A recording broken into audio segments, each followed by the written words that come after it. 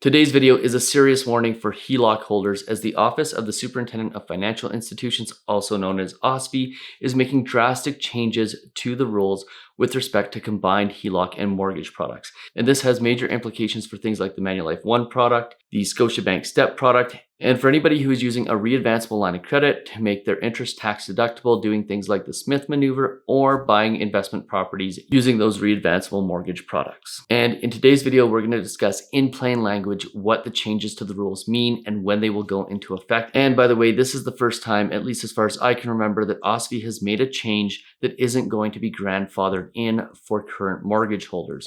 So there's going to be changes regardless of if you're somebody who's going to be getting a brand new re-advanceable line of credit or if you're somebody who already holds one. So this is going to be an important video. But before we get into the details, do me that favor, hit that subscribe button, hit that notification bell, and please hit that like button so more people like you can see this video. And don't forget, on Friday, which is just 4 days away, we're going to be giving away $5,000 to one lucky subscriber just for subscribing to this channel. In order to enter, make sure you hit the subscribe button, then go to 360giveaway.ca and fill out the entry form.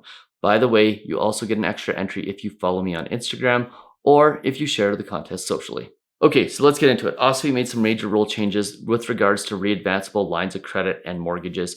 Basically, the combined products where if you have a mortgage and you start to pay your mortgage down, you start to get access to a line of credit. Now, in the past, they've changed the rules with respect to lines of credit, making it so that you can only have a line of credit that is up to 65% of the value of your property. It used to be 80. Well, many borrowers and lenders were getting around this by basically having a combined lending product that was part mortgage, part line of credit. And by using the combined product, you could essentially have a total loan to value of 80% with up to 65% of that product being a line of credit. And many people were using this type of product to basically, as they pay down their mortgage, gain access to a line of credit. So in other words, if you paid down $50,000 worth of your mortgage, you get access to a $50,000 line of credit, which could be used either as a safety blanket for a rainy day. It could be used for investments, to purchase other real estate, or in a lot of cases, what a lot of people were doing were they were using these lines of credit for renovations. Now, OSFI is obviously becoming more concerned as housing prices go up and then start to come back down,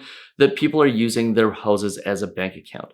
This is what happened in the 2008 financial crisis in the US, and they are doing everything they can to make sure that it is avoided in Canada, which means they are eliminating the ability to have a re-advanceable mortgage product until such time as somebody has paid down their mortgage and their line of credit to a total of 65% loan to value, or 65% of the value of their property. So the really simple explanation of this is that you will no longer be able to re-access equity in your property, at least automatically, until you've paid down at least 35% of the value of your house, and you only have 65% of that value remaining in mortgage. Once you get to that 65% threshold, then you'll be able to again have a re-advanceable line of credit in the same way that you did before, where as you pay down principal, you will then be able to re-access it via that line of credit product. Now, these changes won't come into effect until late in 2023, but as mortgages come up for renewal, any re-advanceable mortgages that renew will have to renew into the new guidelines. So in other words, if you aren't at that 65% loan to value threshold,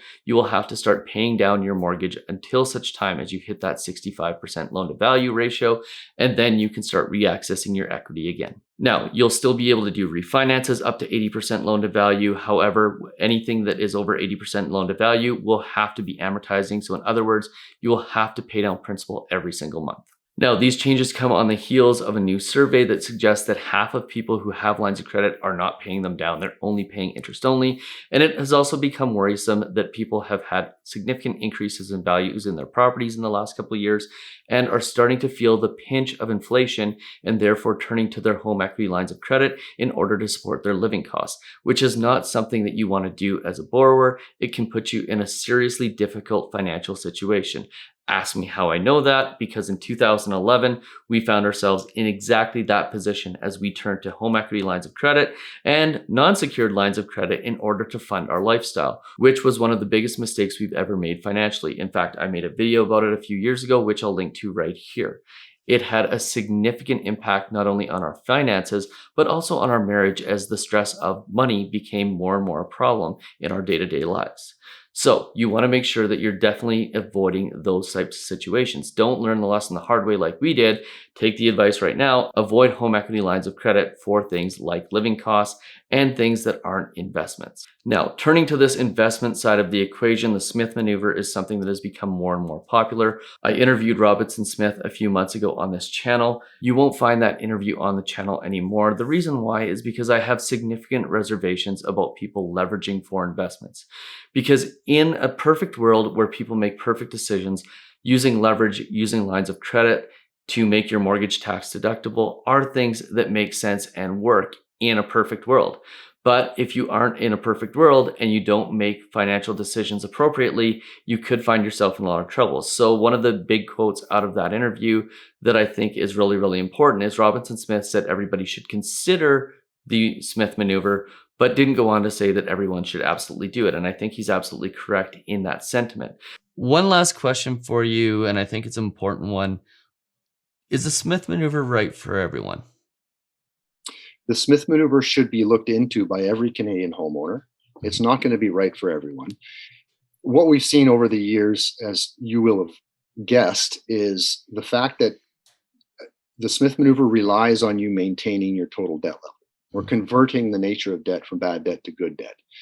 And we Canadians have grown up with people older and wiser than us telling us that the way to do it is to get a mortgage, pay it off, be clear title by the time you hit retirement. So we've all, we've learned about personal finances from our parents, our uncles, and watching our friends, and none of them are personal finance experts, right? So that's who we've learned from.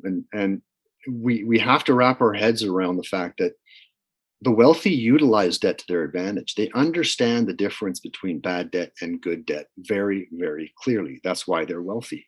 There are people that it is right for, but you have to remember that money is not a math equation. It is a psychology equation. And what tends to happen, like what's happened in the last 5 or 6 months, is when stock markets fall, people make emotional decisions and subsequently turn to the market and sell the stocks and equities that they have purchased over a long period of time.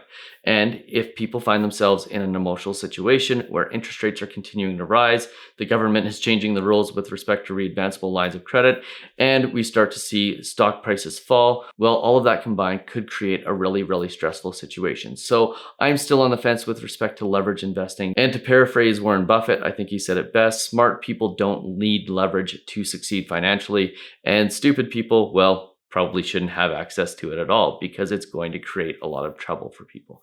So I think the OSFI rule changes with respect to these lines of credit are for the most part good. The one thing I don't like about it is the fact that it takes away some security if people want to aggressively pay down their mortgage but still be able to have access to equity down the road should they pay down their mortgage too quickly. But at the end of the day, OSFI is doing this to make sure that people don't use their houses as bank accounts, which is what got a lot of Americans in a lot of trouble in 2008. And the best thing our financial regulators can do is make sure we don't find ourselves in the exact same position. So I think this is ultimately going to be a good change. A lot of my colleagues aren't going to like it. A lot of the banks aren't going to like it because those products are very lucrative for them and they're good tools for certain functions.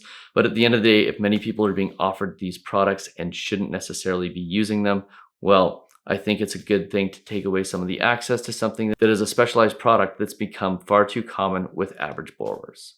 So if you found this video useful, do me that favor, hit that subscribe button, hit that notification bell. Please hit that like button so more people like you can see this video. I'm going to link to my video on leveraged investing here as well. And we'll see you on the very next one. Cheers.